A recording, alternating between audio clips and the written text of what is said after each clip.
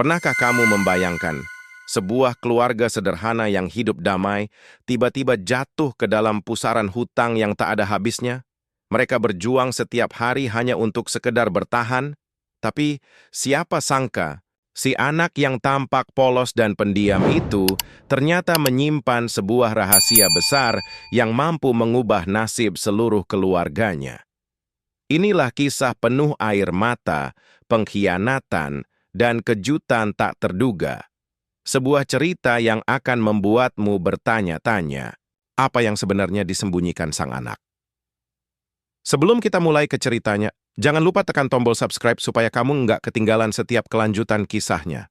Di sebuah gang kecil di pinggiran kota, hiduplah keluarga sederhana yang sehari-harinya hanya bisa pasrah pada nasib.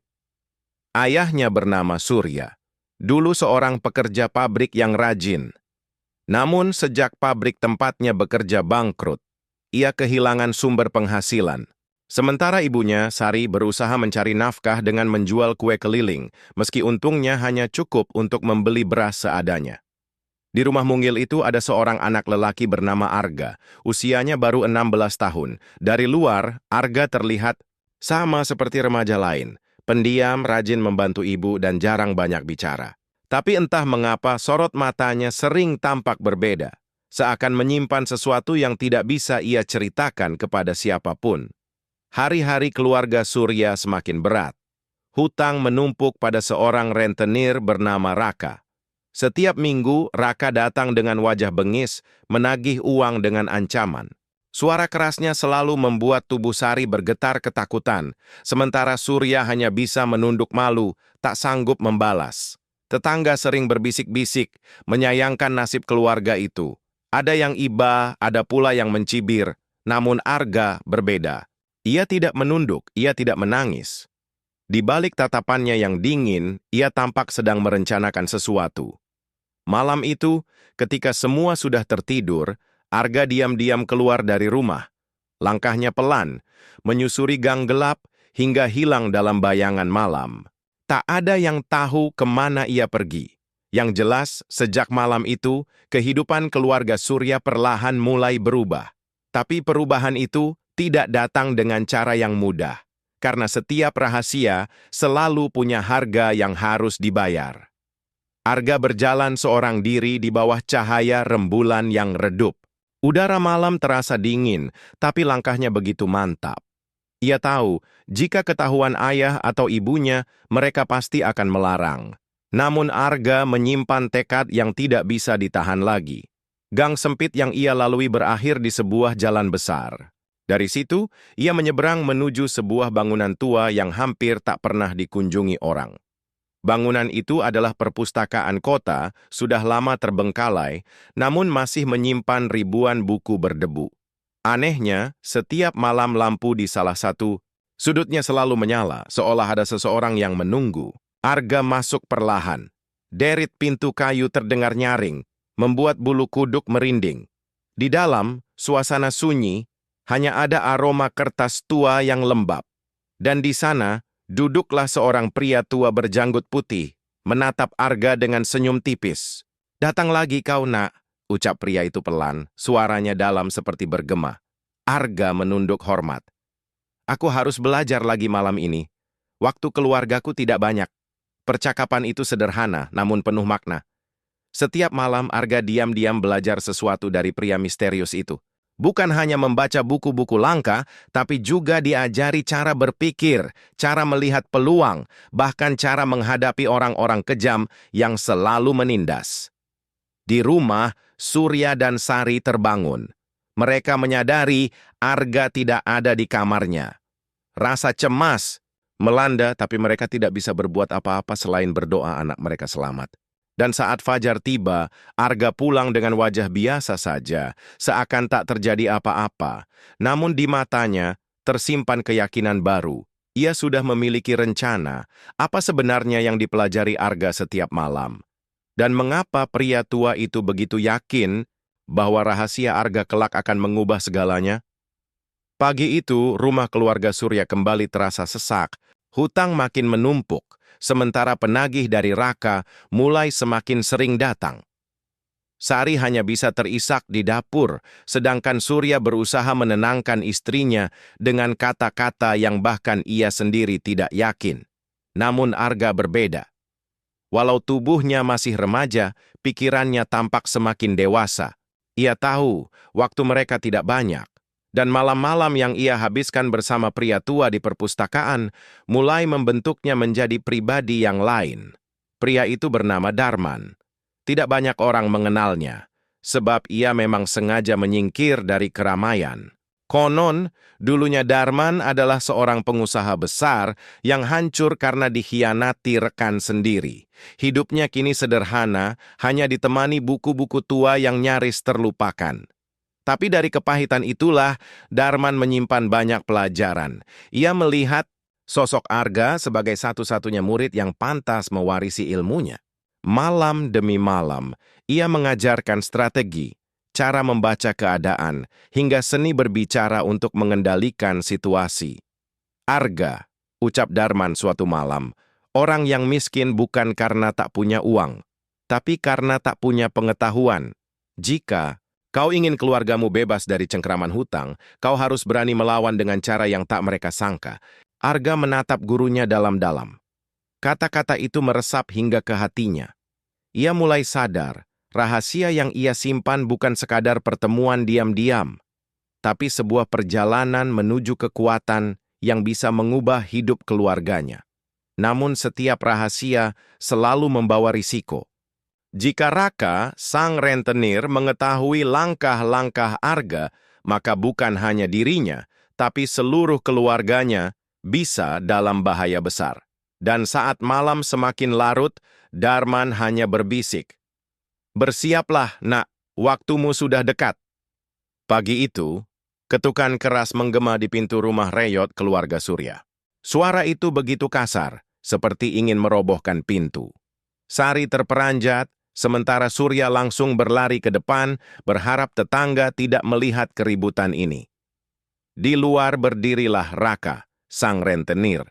Tubuhnya besar, wajahnya penuh bekas luka, dan matanya menyala seperti api.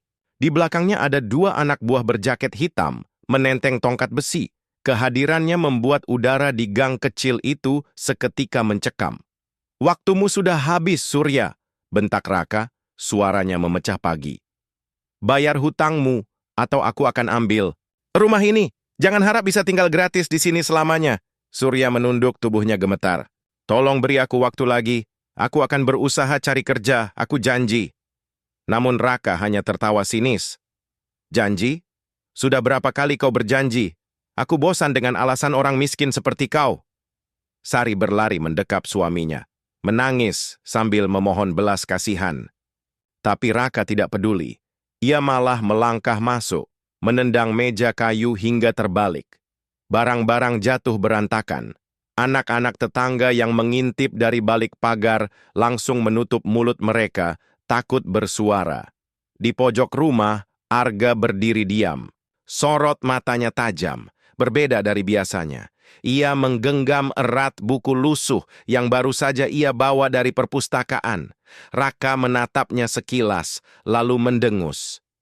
"Dan kau, anak kecil, apa yang bisa kau lakukan?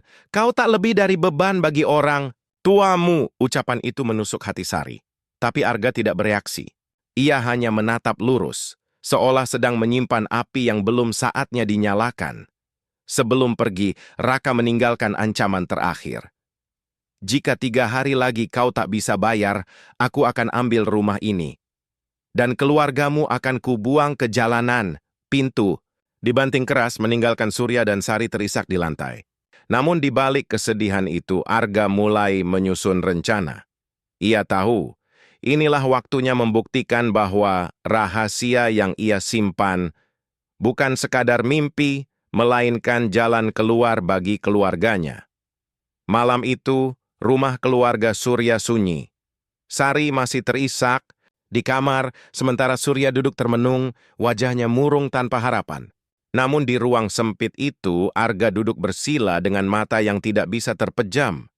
Di tangannya ada sebuah buku tua berwarna coklat. Sampulnya sudah rapuh dimakan waktu.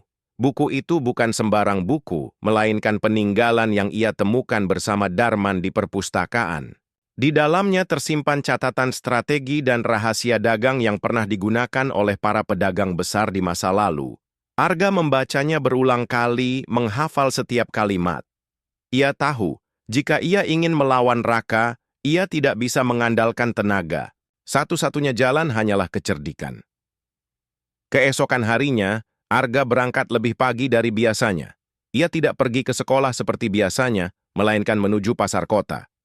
Dengan modal uang receh yang ia sisihkan dari membantu ibunya berjualan, ia membeli barang-barang kecil yang tidak banyak dilirik orang.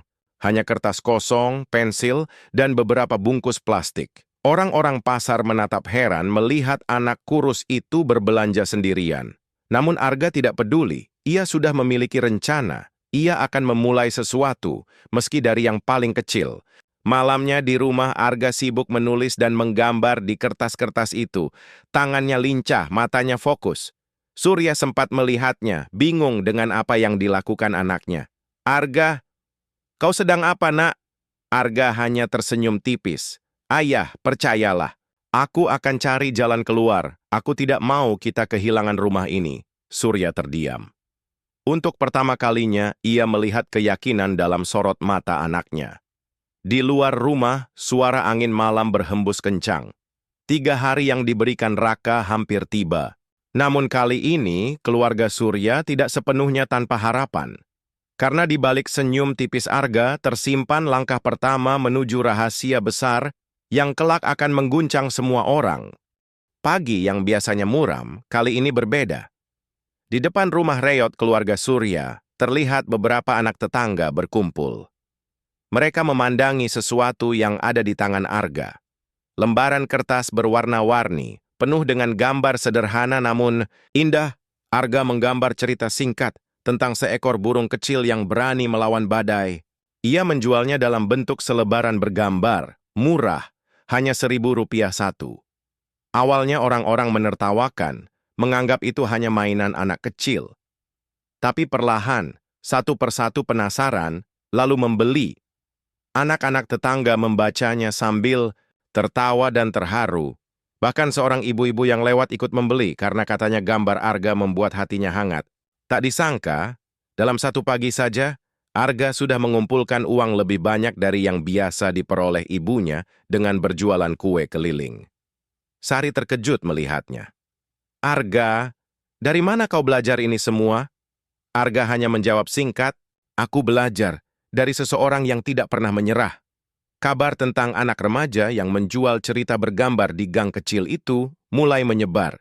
Beberapa orang datang hanya untuk melihat. Surya, meski masih bingung, mulai merasakan secercah harapan. Namun kabar itu juga sampai ke telinga orang yang tak diinginkan. Raka, si rentenir. Dari kejauhan ia memandang dengan tatapan penuh curiga. Jadi, anak kecil itu yang berani mencoba melawan nasib? Kita lihat seberapa lama dia bisa bertahan. Arga tidak menyadari bahwa langkah kecilnya kini sudah menarik perhatian orang-orang berbahaya. Tapi di balik kesederhanaannya, benih rahasia besar itu mulai tumbuh. Siap mengubah nasib keluarga yang selama ini dipandang sebelah mata. Sore itu, Arga duduk di depan rumah, masih sibuk menggambar di atas kertas. Beberapa anak kecil menunggu, giliran untuk membeli, wajah mereka ceria, seolah lupa dengan kerasnya hidup di gang sempit itu. Sari tersenyum haru, melihat anaknya mampu membawa sedikit kebahagiaan. Namun suasana hangat itu tiba-tiba berubah. 3 orang pria berbadan kekar mendekat. Mereka adalah anak buah Raka. Langkah mereka berat, wajahnya bengis, membuat anak-anak langsung berlarian ketakutan. Salah satu dari mereka meraih kertas Arga, merobeknya begitu saja. "Apa ini, hah? Kau pikir kertas coretan begini bisa bikin hutang bapakmu lunas?" katanya dengan nada mengejek. Arga hanya diam, menatap lurus, tangannya menggenggam erat pensil yang masih ia pegang. Sari berusaha menahan, "Tolong jangan ganggu anak saya. Dia hanya mencari cara untuk membantu kami." Tapi mereka tertawa keras. "Membantu? Yang ada hanya mempermalukan. Katakan pada bapakmu, hutang harus dibayar dengan uang, bukan dengan kertas sampah. Mereka menendang meja kecil tempat Arga meletakkan gambar, lalu pergi sambil tertawa sinis. Wajah Sari pucat, hampir menangis melihat jerih payah anaknya dihina begitu kejam, namun Arga tetap duduk tenang. Ia mengumpulkan kertas yang berserakan, membersihkannya satu persatu. Sorot matanya tak lagi sama, bukan hanya sedih, tapi juga penuh tekad. Bu, ucapnya pelan, biarkan mereka menertawakan. Aku akan buktikan, kertas-kertas ini bukan sampah, ini adalah kunci. Malamnya Arga kembali ke perpustakaan. Darman menatapnya dengan bangga, seolah sudah tahu apa yang terjadi. Bagus, nak. Biarkan mereka meremehkanmu, karena saat musuh menyepelekan, disitulah kemenangan pertama dimulai. Arga mengangguk. Meski hatinya masih sakit, ia tahu jalan yang ia pilih tidak akan mudah. Dan kini, ancaman dari Raka bukan lagi sekadar kata-kata. Bayangan bahaya sudah benar-benar mengintai di depan pintu rumahnya.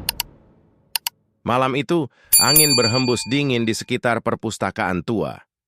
Arga duduk berhadapan dengan Darman, menatap tumpukan kertas yang sudah penuh dengan coretan.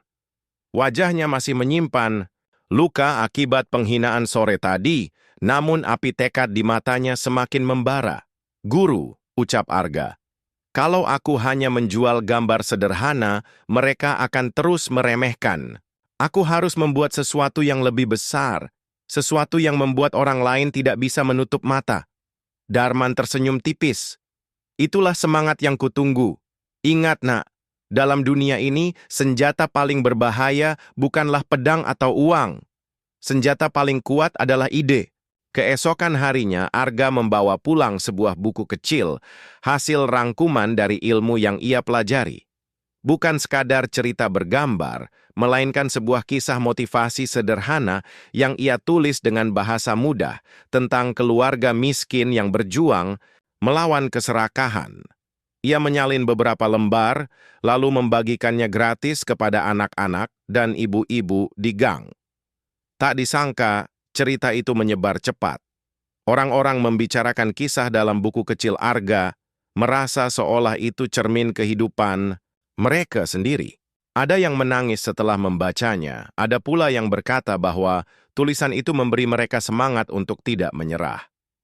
Sore harinya, seorang pedagang di pasar mendekati Arga. Nak, bolehkah aku menjualkan tulisanmu ini di lapakku? Banyak pembeli yang suka baca-baca sambil menunggu. Arga terkejut, tapi ia mengangguk. Inilah awal dari sesuatu yang lebih besar. Namun dari kejauhan, mata-mata Raka terus mengawasi. Mereka melapor pada sang rentenir bahwa anak Surya mulai membuat keributan dengan bukunya. Raka hanya tertawa dingin. Anak kecil itu berani menantangku dengan kertas? Baiklah, kalau begitu, aku akan buat dia menyesal. Malam itu, Arga duduk kembali di rumahnya, menyalin lebih banyak lembaran. Sari melihatnya dengan haru. Surya masih bingung, namun dalam hati mereka mulai muncul rasa percaya. Arga menatap lembaran-lembaran itu sambil berbisik, "Ini baru permulaan. Mereka belum tahu apa yang aku sembunyikan sebenarnya." Hari itu, suasana pasar ramai seperti biasa. Di salah satu sudut, buku kecil karya Arga yang sederhana ternyata laris. Orang-orang saling merekomendasikan, membicarakan betapa kisahnya menyentuh hati. Bahkan seorang guru sekolah membeli beberapa lembar untuk dibagikan ke murid-muridnya. Namun, kabar baik bagi Arga justru menjadi bencana di mata Raka. Baginya, tidak ada yang boleh bersinar di bawah kekuasaannya. Hutang adalah rantai, dan ia tidak ingin rantai itu putus hanya karena seorang anak kecil berani menulis cerita. Siang itu, dua orang anak buah Raka mendatangi rumah Surya. Mereka tidak mengetuk pintu, melainkan menendangnya hingga hampir jebol. Surya terperanjat, Sari langsung berteriak ketakutan. "Mana Arga?" bentak salah satu dari mereka. "Bos kami sudah muak dengan tingkahnya. Kalau dalam 2 hari kalian belum bayar, jangan salahkan kami kalau rumah ini hangus jadi abu." Ancaman. Itu menusuk hati Surya. Ia hampir saja sujud, memohon belas kasihan. Namun Arga maju ke depan, berdiri di hadapan mereka dengan wajah tenang. Katakan pada bosmu, ucap Arga pelan namun tegas, bahwa hutang akan kubayar. Tapi bukan dengan cara yang ia pikirkan. Anak buah Raka terdiam sejenak, lalu tertawa mengejek. Anak kecil macam kau, hahaha, jangan sok besar kepala, kami akan kembali. Dan saat itu, tak ada lagi tempat kalian sembunyi. Mereka pergi sambil menggebrak pintu, meninggalkan rumah kecil itu dalam ketakutan. Sari langsung memeluk Arga, air matanya jatuh deras. Arga, jangan bicara sembarangan, kau bisa celaka. Tapi Arga hanya menatap ibunya dengan tatapan penuh keyakinan. Bu, percayalah padaku, aku sudah punya jalan. Malamnya, Arga kembali menemui Darman. Kali ini, ia tak hanya belajar, tapi membawa kabar tentang ancaman yang semakin keras. Darman menatapnya dengan serius. Arga, waktumu semakin sempit. Jika kau benar-benar siap, inilah saatnya membuka rahasia yang sebenarnya. Rahasia yang bukan hanya bisa melawan hutang, tapi bisa mengubah siapa dirimu. Arga mengangguk, hatinya bergetar. Ia tahu apa yang akan ia lakukan setelah ini bukan lagi permainan anak kecil. Malam itu, langit tampak lebih gelap dari biasanya. Arga duduk, berhadapan dengan Darman di perpustakaan tua yang remang. Tumpukan buku mengelilingi mereka, seakan menjadi saksi bisu percakapan penting malam itu. Guru, ucap Arga dengan suara bergetar, waktuku hampir habis. Raka memberi tenggat 2 hari lagi. Aku tidak bisa hanya menjual lembaran cerita. Aku harus lakukan sesuatu yang lebih besar. Darman menatap Arga dalam-dalam, lalu mengangguk pelan. Dari balik rak kayu yang penuh debu, ia mengeluarkan sebuah kotak kayu tua. Kotak itu terkunci, dan di atasnya terukir simbol kuno yang samar-samar. Arga, kata Darman lirih, inilah yang selama ini kusembunyikan. Aku tidak bisa melawan masa laluku, tapi kau masih punya masa depan. Dalam kotak ini, ada warisan pengetahuan yang jauh lebih berharga daripada uang. Arga menelan ludah, tangannya gemetar saat menerima kotak itu. Saat ia membuka, matanya membelalak. Di dalamnya ada buku catatan tebal, berisi strategi keuangan, rahasia perdagangan, bahkan catatan tentang jaringan bisnis bawah tanah yang pernah membuat Darman berkuasa di masa mudanya. Ini milik siapa, Guru? Tanya Arga. Dulu, milikku, jawab Darman pelan. Tapi sekarang milikmu. Aku ingin kau gunakan pengetahuan ini untuk menyelamatkan keluargamu. Tapi ingat, nak, kekuatan ini berbahaya. Jika jatuh ke tangan yang salah, bisa menghancurkan banyak orang. Arga menutup buku itu dengan hati berdebar. Rahasia besar yang ia simpan selama ini bukan hanya tentang bakat menggambar atau menulis. Ia sebenarnya sedang mewarisi ilmu yang selama ini disembunyikan dunia. Cara menguasai uang dan orang dengan strategi yang tak biasa. Di rumah, Surya dan Sari tak tahu apa yang dilakukan anak mereka. Mereka hanya berdoa dalam tangis agar ada jalan keluar. Sementara di sudut lain kota, Raka merencanakan langkah berikutnya tanpa sadar bahwa anak yang ia remehkan sedang memegang senjata paling berbahaya. Malam itu, Arga menatap buku tebal itu sekali lagi. Dengan suara pelan, ia berbisik pada dirinya sendiri. Mulai malam ini, permainan sebenarnya baru dimulai. Fajar menyingsing, tapi hati keluarga Surya masih dipenuhi cemas. Sari menyiapkan sarapan seadanya. Surya duduk termenung dengan wajah penuh beban. 2 hari lagi, Raka pasti kembali. Namun Arga berbeda. Wajahnya justru terlihat segar, penuh keyakinan. Sejak malam tadi, ia membaca halaman demi halaman dari buku rahasia peninggalan Darman. Catatan itu bukan sekadar tulisan, tapi peta jalan untuk membalik keadaan. Hari itu Arga kembali ke pasar, bukan untuk menjual cerita bergambar, melainkan untuk mencoba trik pertama dari buku itu. Membaca peluang kecil yang diabaikan orang lain. Ia memperhatikan pedagang, melihat barang yang kurang laku, menghitung cara agar bisa diubah menjadi sesuatu yang dicari orang. Ia menemukan satu hal sederhana, kertas bekas dan bungkus coklat yang dibuang begitu saja. Dari catatan di buku, Arga tahu itu bisa diubah menjadi pembatas buku unik dengan sedikit kreativitas. Dengan tangan cekat, ia mulai membuatnya. Ia menambahkan gambar-gambar kecil yang ia kuasai, lalu menjualnya murah. Awalnya orang hanya melirik. Tapi tak lama, seorang mahasiswa membeli satu, lalu dua. Disusul pedagang lain yang melihat potensinya. Anak ini pintar juga. Barang tak ada nilainya bisa jadi uang, gumam mereka. Dalam waktu singkat, uang receh terkumpul lebih banyak dari sebelumnya. Arga tersenyum kecil, karena ini baru permulaan, namun keberhasilannya tidak berjalan mulus. Sore itu, dua anak buah Raka mengintai dari kejauhan, melihat keramaian kecil di lapak Arga. Salah satunya berbisik, "Bos harus tahu tentang ini." Anak itu makin berani. Di rumah Surya mulai gelisah melihat anaknya pulang membawa sedikit uang. "Arga, dari mana kau belajar semua ini?" Arga menatap ayahnya dengan tenang.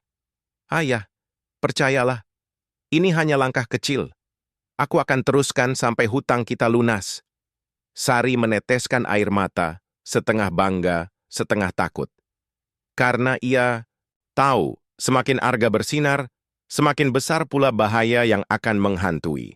Malam itu, Arga kembali membuka buku tebal itu. Ia menandai sebuah halaman dengan tinta merah yang berjudul "Cara Mengendalikan Orang yang Lebih Kuat dari Kita." Dengan napas berat, ia berbisik pada dirinya sendiri. "Besok, aku akan coba langkah berikutnya." Hari itu, gang kecil tempat keluarga Surya tinggal terasa lebih tegang dari biasanya. Bisik-bisik tetangga menyebar, semua tahu bahwa hari kedatangan Raka semakin dekat. Ada yang kasihan, ada yang hanya menunggu drama itu pecah. Namun Arga berjalan, tenang. Ia membawa beberapa buku kecil hasil tulisannya sendiri, ditambah pembatas buku buatan tangan yang kemarin laris di pasar. Tapi kali ini ia tidak menjual, melainkan membagikan gratis kepada beberapa orang yang dianggap berpengaruh di sekitar pasar. Guru, pedagang besar, dan seorang tokoh masyarakat yang sering menolong orang miskin.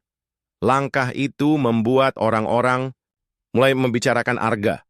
Bukan hanya sebagai anak miskin, tapi sebagai remaja yang punya bakat luar biasa. Nama Arga perlahan jadi perbincangan, bukan karena hutang keluarganya, melainkan karena karya dan idenya. Sore harinya, kabar ini sampai ke telinga Raka. Awalnya ia tidak peduli. Tapi ketika anak buahnya berkata bahwa tokoh masyarakat mulai melindungi, Arga wajahnya langsung berubah. Anak itu berani sekali. Kalau ia punya banyak orang di belakangnya, urusanku akan jadi repot. Di rumah, Surya masih diliputi kecemasan. "Arga, apa kau tidak takut? Raka bisa benar-benar melukai kita." Arga tersenyum tenang. "Ayah, orang seperti Raka hanya kuat ketika orang lain takut. Tapi kalau kita punya orang-orang yang percaya pada kita, dia tak bisa seenaknya lagi." Malam itu, Arga kembali menemui Darman. Sang guru menatapnya dengan bangga. "Kau sudah mulai mengerti, Nak. Ilmu ini bukan sekadar soal uang. Ini soal membangun kekuatan dari kepercayaan orang lain. Jika kau teruskan langkah ini, bahkan orang sekejam Raka akan goyah." Arga menutup buku catatan itu dengan erat, dadanya berdebar. Ia tahu langkah yang ia ambil bukan lagi permainan anak-anak. Ia sedang masuk ke wilayah berbahaya, di mana setiap gerakan bisa jadi taruhan hidup dan mati keluarganya. Dan di luar sana, Raka sudah mulai menyiapkan cara baru. Jika Arga berani menantangnya dengan ide, maka ia akan membalas dengan kekerasan. Permainan sebenarnya baru saja dimulai. Siang itu, suara gaduh terdengar dari ujung gang. Orang-orang berlarian menepi, sebagian menutup pintu rumah mereka rapat-rapat. Raka datang, kali ini ia sendiri, tanpa banyak anak buah, tapi cukup untuk membuat semua orang gemetar. Dengan langkah berat, ia mendekati rumah reyot keluarga Surya. Surya dan Sari keluar dengan wajah pucat. Tubuh mereka bergetar, tahu bahwa waktu yang ditagihkan sudah habis. Waktumu sudah selesai, Surya. Suara Raka menggelegar, membuat udara serasa menekan dada. Bayar sekarang, atau aku usir kalian malam ini juga. Surya hampir roboh, lututnya lemas. Sari menangis sambil memeluk suaminya. Semua mata tetangga mengintip dari balik jendela, menunggu akhir yang tragis. Namun tiba-tiba pintu rumah terbuka. Arga melangkah keluar, wajahnya tenang, tatapannya tajam menembus Raka. Meski tubuhnya masih remaja, aura di sekelilingnya terasa berbeda. Aku yang akan bicara, ucap Arga pelan, tapi jelas. Raka mendengus, menatapnya dari ujung kaki sampai kepala. Kau lagi? Anak kecil sok pintar yang bikin masalah? Jangan buang waktuku. Mana uangnya? Arga tidak mundur. Ia mengeluarkan sebuah buku catatan kecil dari saku, lalu menatap lurus. Uang belum ada hari ini, tapi aku punya sesuatu yang lebih berharga. Bacalah, kalau kau berani. Buku itu dilempar ke arah Raka. Dengan heran, Raka menangkapnya. Ia membuka halaman pertama, lalu membaca cepat. Alisnya langsung berkerut. Catatan di dalamnya bukan sekadar coretan anak kecil, tapi hitungan, dagang, strategi, dan cara menggandakan keuntungan yang bahkan anak buahnya tak pernah paham. Kerumunan mulai berbisik. Mereka kaget melihat keberanian Arga berdiri menantang Raka. Bukan dengan senjata, tapi dengan pengetahuan. Raka menatap Arga lagi, kali ini dengan sinis. Apa maksudmu memberikan ini? Arga menjawab tenang. Kalau kau pintar, gunakan itu. Kau akan dapat lebih banyak daripada sekadar memeras orang miskin. Tapi kalau kau tetap pilih jalan lama, cepat atau lambat, semua orang akan meninggalkanmu. Suasana mendadak hening. Bahkan Surya dan Sari tak bisa berkata apa-apa. Raka mendekat, menatap tajam ke mata Arga, wajahnya penuh amarah. Tapi juga ada sedikit keraguan yang belum pernah terlihat sebelumnya. Untuk pertama kalinya, sang rentenir merasa terpojok, bukan oleh uang, bukan oleh kekuatan, tapi oleh seorang anak yang berani menatap balik tanpa rasa takut. Kerumunan di gang makin ramai. Bisik-bisik terdengar dari segala arah. Semua orang penasaran bagaimana seorang anak kecil bisa menantang Raka. Rentenir paling ditakuti di wilayah itu. Raka menutup buku kecil yang diberikan Arga, lalu tertawa dingin. Kau pikir aku bodoh? Hah? Memberiku catatan strategi? Anak sekecilmu tak pantas bicara soal uang atau dagang. Ia berbalik ke arah kerumunan, lalu bersuara lantang. Lihat semua orang! Anak ini ingin mengajariku cara hidup. Padahal keluarganya sendiri hampir kuusir dari rumah. Orang-orang terdiam. Sebagian mulai merasa Arga terlalu berani. Namun sebagian lain diam-diam kagum, Arga tetap berdiri tegak. Aku tidak mengajarimu, Raka.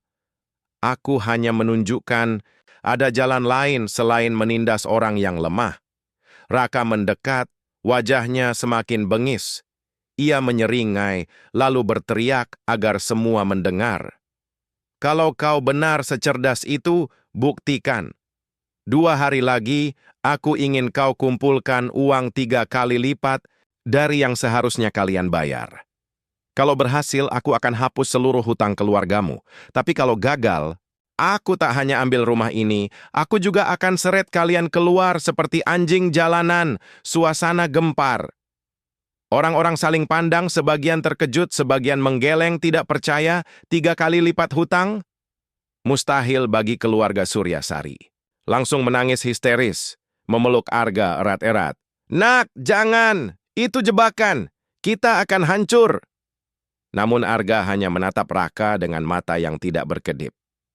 Baik, 2 hari lagi aku akan datang padamu. Kerumunan terdiam. Semua orang seakan tidak percaya apa yang baru saja mereka dengar. Seorang anak menerima tantangan mustahil dari rentenir paling kejam.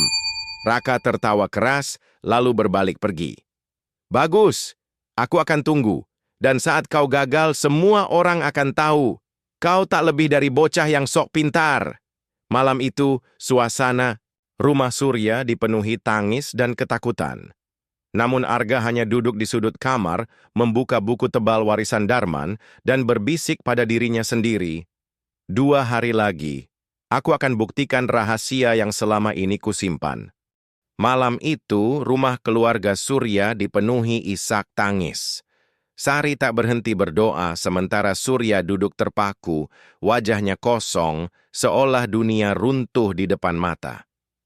Bagaimana mungkin mereka bisa melunasi hutang 3 kali lipat hanya dalam 2 hari? Namun, di kamar kecilnya, Arga justru sibuk menulis dan menggambar. Tumpukan kertas berserakan di lantai, dipenuhi sketsa, perhitungan, dan catatan strategi. Wajahnya serius, cahaya lampu redup memantul di matanya yang berkilat penuh tekad. Guru benar, gumamnya pelan, senjata paling berbahaya bukanlah uang, tapi ide, dan aku sudah menemukan caranya. Keesokan harinya Arga kembali ke pasar. Namun kali ini ia tidak hanya membawa kertas-kertas cerita, ia membawa sebuah ide baru, permainan teka-teki sederhana yang ia buat sendiri. Kertas itu berisi gambar-gambar dengan kode rahasia yang harus ditebak, dan siapapun yang berhasil akan mendapat hadiah kecil. Orang-orang penasaran. Anak-anak berebut mencoba, remaja hingga orang dewasa ikut-ikutan. Arga mematok harga murah untuk 1 lembar teka-teki, dan hasilnya uang yang terkumpul berlipat ganda hanya dalam beberapa jam. Seorang pedagang kaya yang melihat keramaian mendekati, Arga, "Nah, ide ini bagus sekali. Bagaimana kalau aku beli semua lembaranmu? Aku bisa jual lagi di toko buku milikku." Arga tersenyum. "Tentu, Pak. Tapi izinkan saya buat lebih banyak malam ini." Uang pun mengalir, lebih banyak dari sebelumnya. Orang-orang mulai melihat Arga bukan lagi sekadar anak miskin, melainkan seseorang yang punya kecerdikan. Namun bayangan bahaya tetap mengikuti. Dari kejauhan, anak buah Raka mengintai, wajah mereka penuh amarah.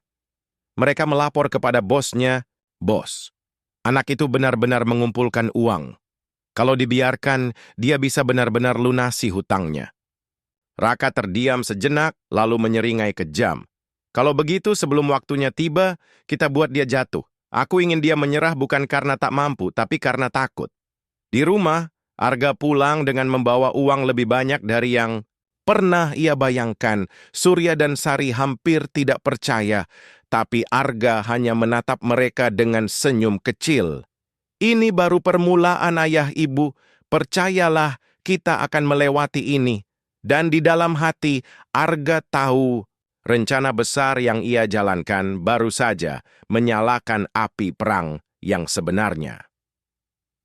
Pasar kota yang biasanya riuh kini memiliki pusat perhatian baru. Di sudut paling sederhana, lapak kecil milik Arga selalu ramai. Lembar-lembar cerita dan teka-teki ciptaannya jadi buah bibir.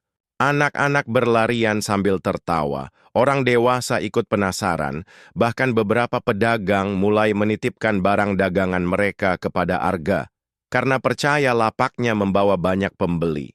Namun keberhasilan itu membuat Raka semakin murka. Ia merasa harga dirinya diinjak-injak. Bagaimana mungkin seorang anak miskin yang dulu ia remehkan bisa jadi sorotan seluruh pasar? Malam itu, Raka memanggil anak buahnya. "Besok pagi, sebelum matahari naik, hancurkan semua yang dia punya. Biar semua orang tahu, anak kecil itu tak bisa menantangku." Keesokan harinya, saat Arga baru saja membuka lapaknya, 2 orang pria asing berpura-pura membeli. Mereka sengaja merobek lembaran teka-teki Arga di depan pembeli lain, lalu berteriak, "Ini palsu, anak ini penipu. Barang-barang ini tidak ada gunanya." Kerumunan terkejut. Beberapa orang langsung mundur, takut ditipu. Arga terdiam, melihat karyanya diinjak-injak begitu saja. Sari yang ikut membantu hampir menangis, sementara Surya maju ingin membela namun ditahan Arga. Arga menatap kedua pria itu dengan tenang. "Kalian bisa robek kertas-kertas ini, tapi kalian tidak bisa merobek ide di kepala orang-orang. Sontak, kerumunan mulai berbisik. Ada yang mulai sadar bahwa ini hanyalah upaya menjatuhkan Arga. Seorang pedagang tua angkat bicara. "Hei, aku sudah beli dari anak ini minggu lalu, dan justru banyak orang suka. Jangan fitnah sembarangan." Situasi berbalik. Kedua pria itu kabur dengan wajah kesal, gagal menjalankan misi. Namun dari kejauhan, Raka yang mengawasi hanya menyeringai dingin. "Kau memang pintar, bocah, tapi lihat saja. Permainan ini belum selesai." Arga menarik napas panjang. Meski ia berhasil melewati jebakan kecil itu, ia tahu bahaya yang lebih besar sedang menunggu. Hari penentuan tinggal 1 malam lagi, dan Raka pasti tidak akan tinggal diam. Di rumah, Arga menatap buku rahasia peninggalan Darman. Tangannya gemetar, tapi matanya penuh tekad. Besok adalah hari di mana semua akan terbukti. Pagi itu, gang kecil penuh sesak. Orang-orang berkerumun, penasaran bagaimana nasib keluarga Surya. Raka sudah berdiri di tengah kerumunan, wajahnya dingin, matanya tajam seperti pisau. Di belakangnya berdiri beberapa anak buah, siap melakukan apa saja atas perintahnya. Surya dan Sari berdiri gemetar di depan rumah reyot mereka. Air mata Sari tak henti-hentinya jatuh, sementara Surya hanya bisa menunduk, merasa semua akan berakhir buruk. Lalu dari balik pintu Arga keluar. Langkahnya tenang, meski semua mata menatapnya. Di tangannya ada sebuah tas kain lusuh yang terlihat berat. Ia berjalan mendekat, lalu berhenti tepat di depan Raka. "Ini hasil kerja keras 2 hari terakhir," ucap Arga dengan suara tegas. Raka tertawa keras, membuat bulu kuduk semua orang merinding. "Hahaha, bagus bocah. Mari kita lihat apakah kau benar-benar bisa melakukan hal mustahil itu." Arga membuka tasnya perlahan. Di dalamnya bukan hanya uang kertas lusuh hasil dagangan, tapi juga tumpukan pesanan resmi dari beberapa pedagang besar. Mereka sudah membayar di muka, percaya pada karya Arga untuk dijual kembali di toko-toko mereka.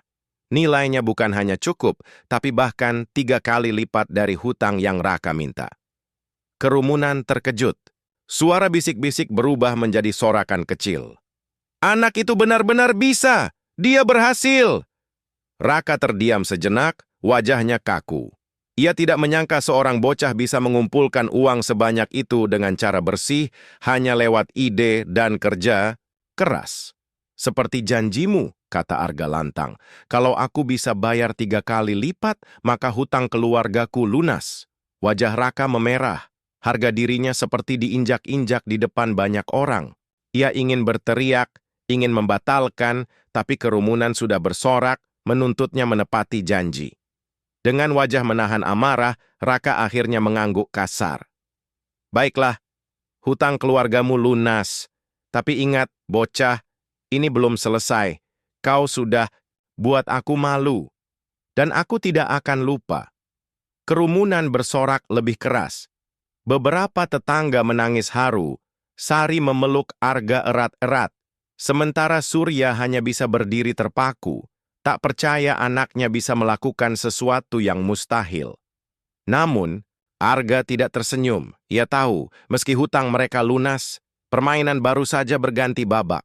Raka yang terluka harga dirinya pasti akan mencari cara lain untuk menghancurkan mereka.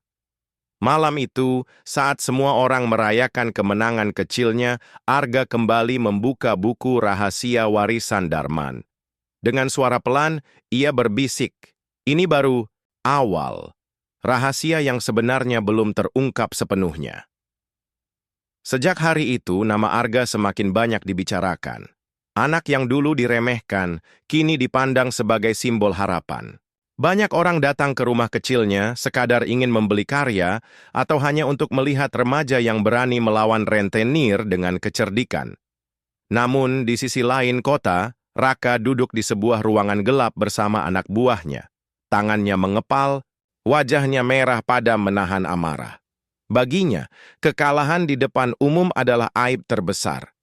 "Anak itu sudah mempermalukanku," desisnya dingin. Kalau hanya urusan hutang, selesai sudah. Tapi ini soal harga diri. Aku akan pastikan dia menyesal seumur hidupnya. Anak buahnya menunduk, menunggu perintah. Raka melanjutkan, cari kelemahannya. Kalau tidak bisa menyerangnya lewat uang, serang dia lewat keluarganya. Buat mereka tidak punya tempat aman untuk bernaung. Malam itu, Arga baru saja menutup bukunya ketika suara gaduh terdengar di luar rumah. Beberapa orang asing melempari atap rumah mereka dengan batu, membuat genteng pecah. Sari berteriak ketakutan, Surya berusaha menghalangi, tapi jumlah mereka terlalu banyak. Arga berlari keluar, menatap tajam ke arah para penyerang. Mereka tertawa, lalu lari setelah membuat kerusakan. Dari kejauhan, salah satu dari mereka berteriak, "Ini baru pemanasan. Sampaikan pada anak kecilmu itu, kalau bos kami tidak main-main." Sari jatuh terduduk, menangis histeris. Surya mengepalkan tangan, marah sekaligus putus asa. Namun Arga berdiri tegak, meski dadanya bergetar. Ia tahu, Raka tidak akan berhenti. Keesokan harinya kabar serangan itu menyebar. Beberapa tetangga mulai khawatir ikut terseret masalah. Ada yang mundur, ada pula yang justru semakin mendukung Arga. "Kalau anak sekecil itu saja berani, kenapa kita harus diam?" kata seorang pedagang tua. Malam berikutnya, Arga menemui Darman lagi. "Guru, mereka tidak hanya mengincar aku, tapi juga keluargaku." Darman menatapnya lama, lalu berkata, "Inilah risiko orang yang membawa cahaya, nak. Gelap selalu ingin memadamkannya, tapi jika kau benar-benar siap, saatnya membuka bagian terakhir dari rahasia itu." Arga menatap buku tebal di tangannya. Halaman terakhir yang selama ini belum pernah ia buka. Tangannya bergetar, tapi ia tahu. Kunci untuk melawan Raka sepenuhnya ada di sana. Malam itu sunyi. Hanya suara jangkrik menemani Arga yang duduk di kamar kecilnya. Di hadapannya terbuka buku tebal warisan Darman, halaman terakhir yang selama ini belum pernah disentuh. Tangannya bergetar saat menyibak lembaran tua yang menguning, penuh tulisan rapat dan simbol-simbol aneh. Di bagian atas halaman, ada kalimat yang ditulis dengan tinta merah tebal. "Kekuatan terbesar bukanlah uang, melainkan kepercayaan. Barang siapa bisa membuat orang percaya, dialah yang akan menguasai segalanya." Arga membaca berulang kali. Kata-kata itu terasa sederhana tapi maknanya dalam. Di bawah kalimat itu ada catatan rinci tentang bagaimana membangun jaringan, mempercayai orang lain, memberi manfaat nyata, lalu perlahan mengikat mereka dengan ikatan moral yang lebih kuat daripada rantai hutang. Arga menarik napas panjang. Jadi, ini intinya. Rahasia bukan sekadar hitungan dagang, tapi bagaimana membuat orang rela berdiri di sisimu. Keesokan paginya, Arga bertindak cepat. Ia mendatangi para pedagang yang pernah membantunya, juga tetangga yang mulai percaya padanya. Dengan jujur ia bercerita tentang ancaman Raka bahwa keluarganya bisa hancur kapan saja. Tak disangka satu persatu mereka mengulurkan tangan. Seorang guru berkata, "Kalau anak sekecil kamu saja bisa melawan dengan keberanian, kami orang dewasa tak boleh diam." Seorang pedagang menambahkan, "Aku akan bantu dengan uang. Anggap saja modal bersama." Dalam hitungan jam, Arga berhasil mengumpulkan bukan hanya uang, tapi dukungan. Orang-orang bersatu bukan karena takut, melainkan karena percaya pada anak remaja yang berani menatap mata Raka tanpa gentar. Malamnya Darman menatap Arga dengan senyum bangga. "Kau sudah menemukan jawabannya, nak. Rahasia terbesar bukan di hukum itu, tapi di dirimu sendiri. Kau berhasil membuat orang percaya." Namun, jauh di sisi lain kota, Raka menerima kabar tentang gerakan ini. Wajahnya semakin gelap. "Jadi, anak itu ingin membuat orang melawanku bersama-sama? Kalau begitu, esok hari aku akan datang. Bukan lagi untuk menagih hutang, tapi untuk menghancurkan dia sepenuhnya." Arga menutup buku itu dengan tenang. Dadanya berdegup kencang, tapi matanya teguh. Ia tahu, besok adalah hari terakhir, hari di mana segala rahasia akan benar-benar terungkap. Pagi itu, gang kecil dipenuhi orang. Semua tetangga, pedagang, hingga tokoh masyarakat berkumpul. Mereka tahu hari ini Raka akan datang lagi. Namun kali ini, suasananya berbeda. Tak ada hanya wajah-wajah takut. Ada keberanian yang menyala di mata mereka. Raka muncul dengan langkah berat, wajahnya penuh amarah. Anak buahnya berderet di belakang, membawa tongkat besi. Sorot matanya liar, siap menghancurkan siapapun yang menghalangi. "Arga!" teriaknya lantang. "Hari ini aku akhiri semua sandiwara bodohmu. Kerumunan hening." Semua mata tertuju pada pintu rumah reyot itu. Lalu Arga keluar. Wajahnya tenang, langkahnya mantap. Ia berdiri di depan keluarganya, lalu menatap Raka lurus tanpa gentar. "Raka," ucap Arga, suaranya jernih, "hari ini bukan lagi soal hutang. Hari ini soal kebenaran. Kau hidup dengan menakut-nakuti orang, membuat mereka tunduk. Tapi aku punya sesuatu yang lebih kuat darimu." Raka tertawa kasar. "Kau hanya bocah. Apa yang bisa lebih kuat dari uang dan kekerasan?" Arga menoleh pada kerumunan. Dengan suara lantang, ia berkata, "Inilah kekuatan itu, kepercayaan." Sekejap, puluhan orang maju berdiri di belakang Arga. Guru, pedagang, bahkan tetangga yang dulu hanya menonton kini berbaris, menatap Raka dengan keberanian baru. Mereka bukan lagi sekadar penonton, tapi perisai hidup bagi Arga dan keluarganya. Wajah Raka mendadak pucat. Ia tak menyangka orang-orang yang selama ini ia kuasai dengan rasa takut berani berdiri melawannya. Amarahnya meluap. "Kalian semua berani melawan aku. Aku yang berkuasa di sini." Namun sorak-sorai menggema semakin keras. "Kami percaya pada Arga," teriak mereka serempak. Untuk pertama kalinya Raka benar-benar terlihat kecil. Kekuatan yang ia banggakan runtuh seketika, bukan karena uang, bukan karena senjata, tapi karena orang-orang tak lagi takut padanya. Arga melangkah maju, menatap Raka dalam-dalam. "Ingat ini, Raka, rahasia terbesar bukan apa yang kusimpan di buku. Rahasia terbesar adalah membuat orang percaya. Karena selama ada yang percaya, kami tidak akan kalah." Raka terdiam, tubuhnya gemetar. Ia tahu kekuasaannya sudah berakhir. Dengan wajah penuh malu, ia pergi bersama anak buahnya, meninggalkan kerumunan yang bersorak penuh kemenangan. Sari menangis bahagia, memeluk Arga erat. Surya berdiri kaku, matanya basah, bangga sekaligus tak percaya pada anaknya sendiri. Dan di tengah sorakan itu, Darman muncul dari kerumunan, menatap Arga dengan senyum bangga. "Kau sudah melampaui gurumu, nak. Rahasia itu kini milikmu sepenuhnya." Matahari bersinar cerah, menyinari rumah kecil keluarga Surya. Mereka bukan lagi keluarga yang dikejar hutang, melainkan keluarga yang punya harapan baru. Dan Arga, anak yang dulu pendiam, kini telah membuktikan bahwa bahkan dari titik paling terendah, seseorang bisa bangkit.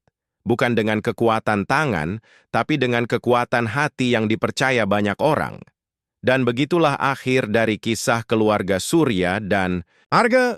Sebuah perjalanan dari keputusasaan menuju harapan, dari hutang yang menjerat hingga rahasia besar yang akhirnya menyelamatkan. Kalau kamu suka cerita ini, jangan lupa tekan tombol subscribe, karena masih banyak kisah lain yang tak kalah penuh kejuan dan pelajaran hidup. Sampai jumpa di cerita berikutnya.